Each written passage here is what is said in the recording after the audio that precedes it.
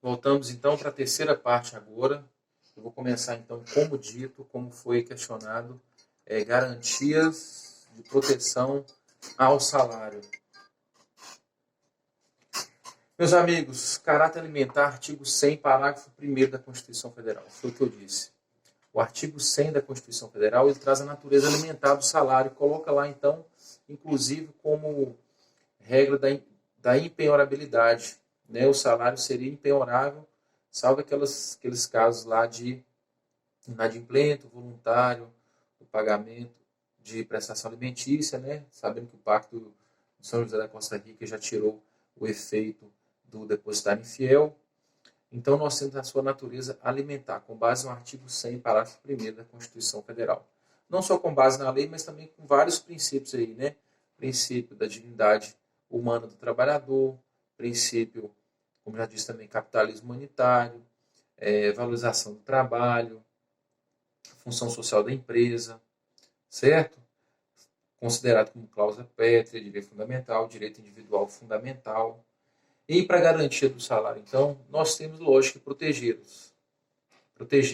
Então, ele vem firmado aqui no princípio da irredutibilidade do salário, da impenhorabilidade, da intangibilidade salarial, certo?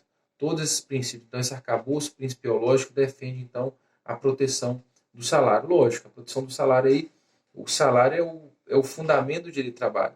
É tudo porque nós lutamos, né? Então, o salário para dar dignidade ao trabalhador, a si e à própria família. Nós começaremos com garantias do salário perante o empregador.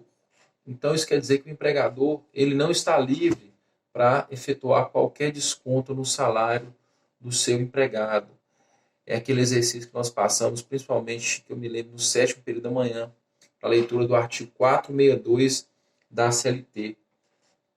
O artigo 462 da CLT, ele denota lá a posição legal sobre as possibilidades de existir desconto no salário do empregado, seja por culpa ou por dolo, por culpa somente quando houver condição expressa no contrato de trabalho, e além disso, quando houver a comprovação de que o empregado agiu com culpa, tá certo? Só desligar isso. Pois bem, e aí é o seguinte, olha, dentro da garantia de salário perante o empregador, eu trouxe aqui o Truck System, que é aquela servidão comercial. Eu obrigo o empregado a comprar dentro do armazém, dentro do supermercado, dentro da loja do empregador. Eu faço o pagamento do seu salário, mas esse salário praticamente é totalmente retido, porque eu tenho que deixar esse salário para fazer o pagamento do que eu comprei para me alimentar. Acontece muito com boia fria, né? Eu faço o seguinte, eu trago boia fria de algum lugar longínquo aqui, trago da Bahia, coloco para trabalhar aqui em São Mateus, e aí eu falo, olha, você está me devendo a passagem, você está me devendo o que você comprar aqui no meu armazém. Só que os valores do armazém são exorbitantes, são 10 vezes o valor normal. E isso para criar uma dívida do trabalhador em favor do empregador. E essa dívida traz a condição análoga de escravo, que o empregado jamais consegue, então, sair desse círculo que é, então, trabalhar para pagar o valor que ele pegou dentro do armazém, dentro da empresa que forneceu esses alimentos. Olha, fornecer alimentos, fornecer um armazém, um supermercado, uma cooperativa, tudo isso aí com preços módicos, sem finalidade lucrativa, isso é totalmente permitido para o empregador. Então, eu sou empregador, eu tenho 100 empregados rurais. Eu posso ter lá o meu supermercado, a venda, os empregados podem ter conta. O que eu não posso é criar esse círculo vicioso de endividamento por trabalho, né? Eu trabalho somente para pagar dívida? Não posso agir assim. Então, nesse caso, o armazém ele é ilegal. Ele atrai a aplicação do artigo 149 do Código Penal, que fala sobre o trabalho em condições análogas ao de escravo. Eu não falo mais em trabalho escravo, porque esse trabalho escravo já foi abolido do Brasil, certo? Então, se não existe mais trabalho escravo, o Código Penal então trouxe apenas o trabalho em condições análogas, né? Então, os fatos são parecidos. Então, nesse caso aí, ó, você vai responder criminalmente com base no artigo 149, porque você aplicar o sistema Truck System, que é essa servidão aí por dívida, você vai levar, então, a subsunção do fato à lei. Então, vai demonstrar que você praticou um fato que é criminalmente considerado pela lei. Artigo 149 do Código Penal. Tá certo? Então, para o Truck System, vocês podem analisar o artigo 462 combinado com o artigo 149 do Código Penal.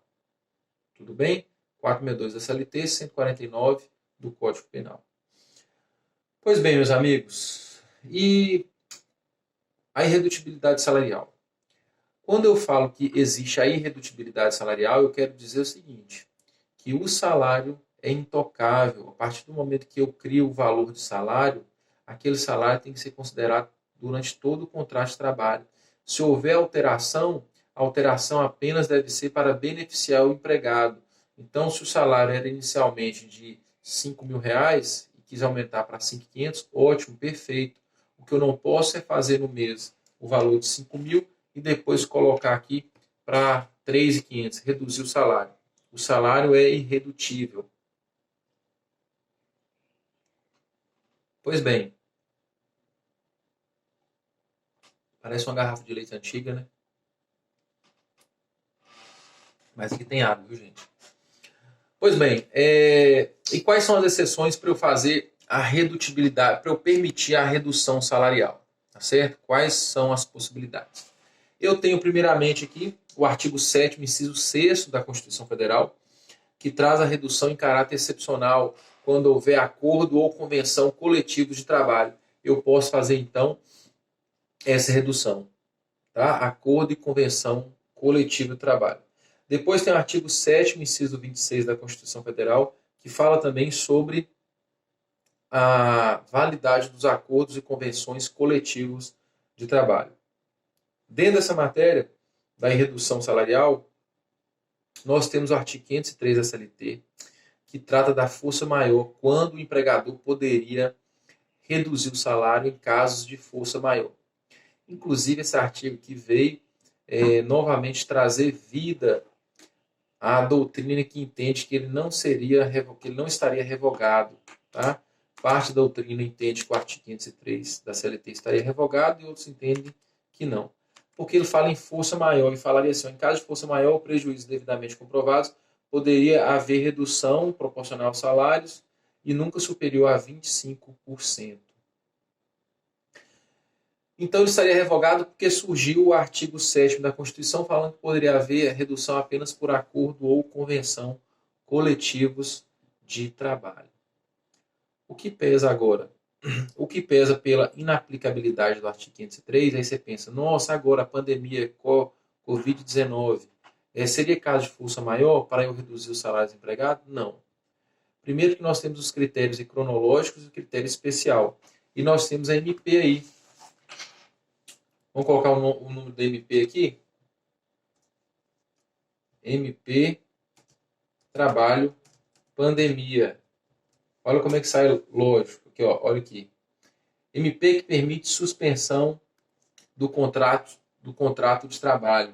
MP, medida provisória 936/2020. Tome cuidado com medida provisória, né? Então ela pode aí, se ela não for analisada naquele período, ela pode então se tornar inaplicável em razão do decurso do tempo, viu? Então aqui para a medida provisória eu vou aplicar todas as regras constitucionais, sem problema algum.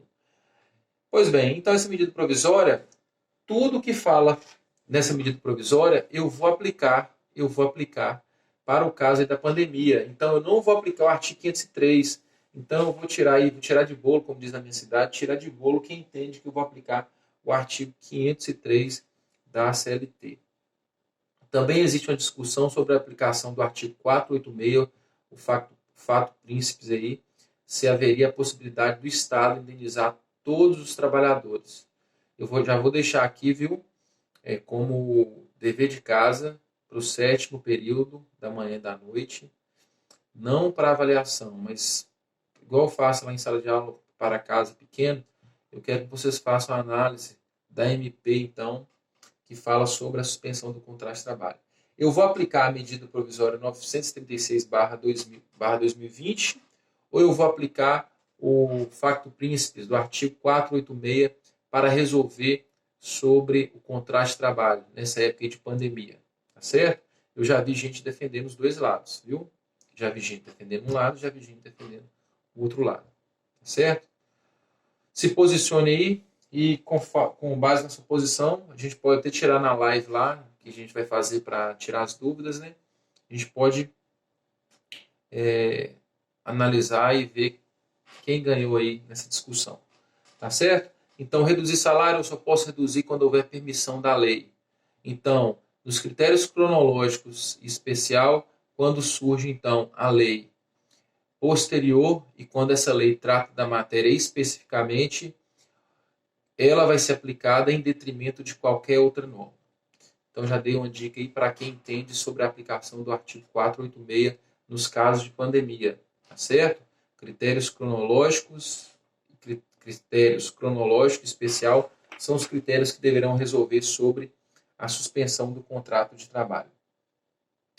Pois bem, dentro dessa negociação coletiva que permite a redução dos salários, eu tenho que observar os limites aqui constitucionais e os limites principiológicos, que serão, coloquei aqui, dignidade, já citei aqui, dignidade da pessoa humana e valor social do trabalho, valorização do trabalho humano e objetivos fundamentais.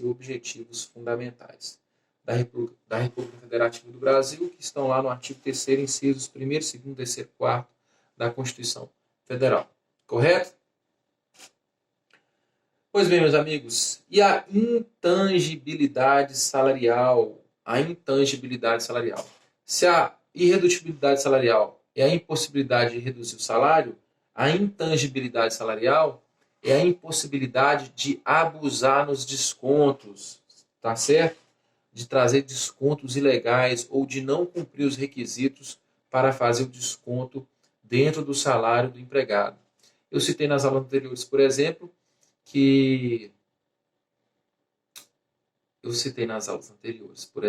que eu não me lembro, que acabou de gravar, eu já não me lembro, tá certo?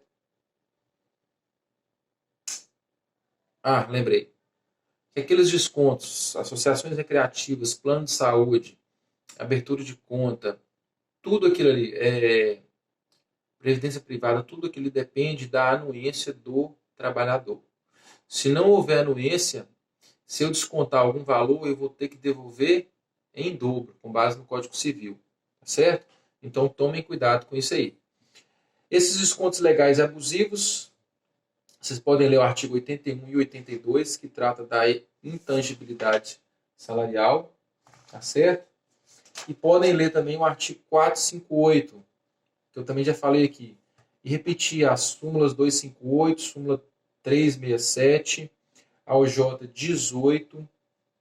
Essa OJ 18 eu vou chamar a atenção porque ela fala sobre os limites de desconto. Olha o que fala. Descontos autorizados no salário pelo empregador.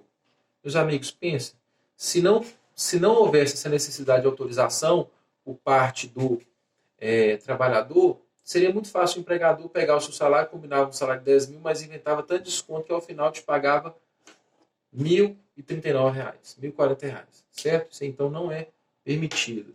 Então vamos lá, olha. Os descontos efetuados com base em cláusula de acordo, tá certo? Em cláusula de acordo, firmada entre as partes, não podem ser superiores a 70% do salário base percebido. Então o trabalhador, gente, ele tem que receber sempre, no mínimo 30% em dinheiro. E só pode haver descontos no máximo até 70%, inclusive aí o salário utilidade. Sempre para o trabalhador tem que deixar mínimo 30%. Lembram-se lá do doméstico? Para os domésticos, eu tenho que descontar no máximo 20% e não 70%. Pois deve-se assegurar um mínimo de salário em espécie ao trabalhador. Lá para o doméstico, o mínimo em espécie é 80%. O mínimo em espécie eu tenho 80%. Já para o trabalhador, o mínimo em espécie, trabalhador comum, urbano e rural, seriam então 30%. Tá certo? Essas pequenas nuances, esses pequenos detalhes tão pequenos de nós dois, esse vocês podem fazer no quadro para ficar mais fácil aí o estudo. Tudo bem? Trago uma novidade que não é novidade, eu trago aí a Lei 10.820/2003.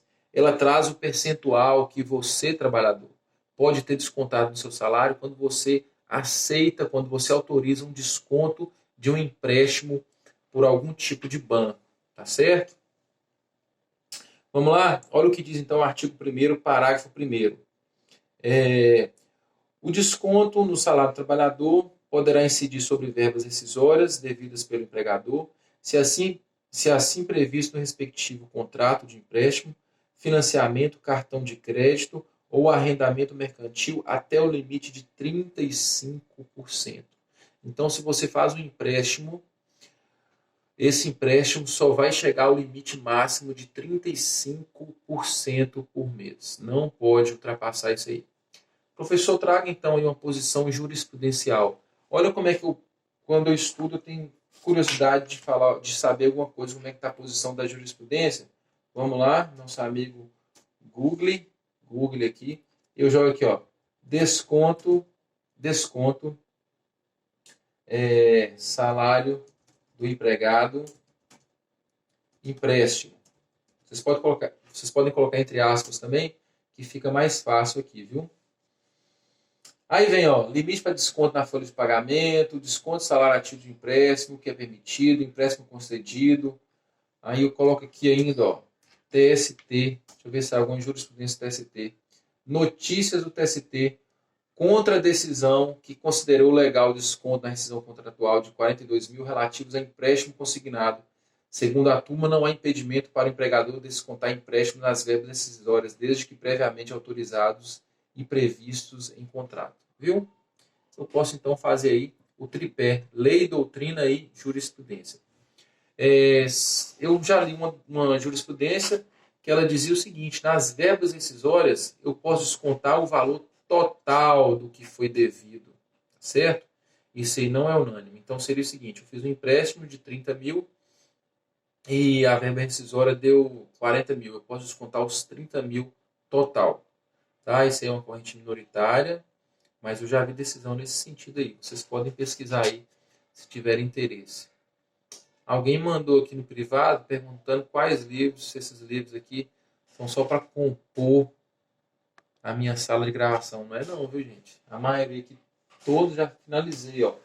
Tudo sobre direito e processo, ó. Direito processual, princípio jurídico de direito de trabalho, ação civil pública na JT, sindicatos e ações coletivas, manual de audiência na JT, responsabilidade civil, direitos humanos, que é fundamental para qualquer ramo do direito, a prova no processo, outro manual, iniciação, curso de direito, Godin, inclusive assinado aqui pelo Papo do Direito do Trabalho.